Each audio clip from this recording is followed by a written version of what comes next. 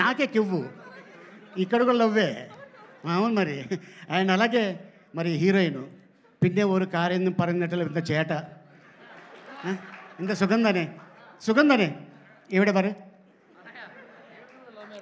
చెప్పా ఎప్పుడు చెప్పా. నాడెవడే? మలపురం కేరళ.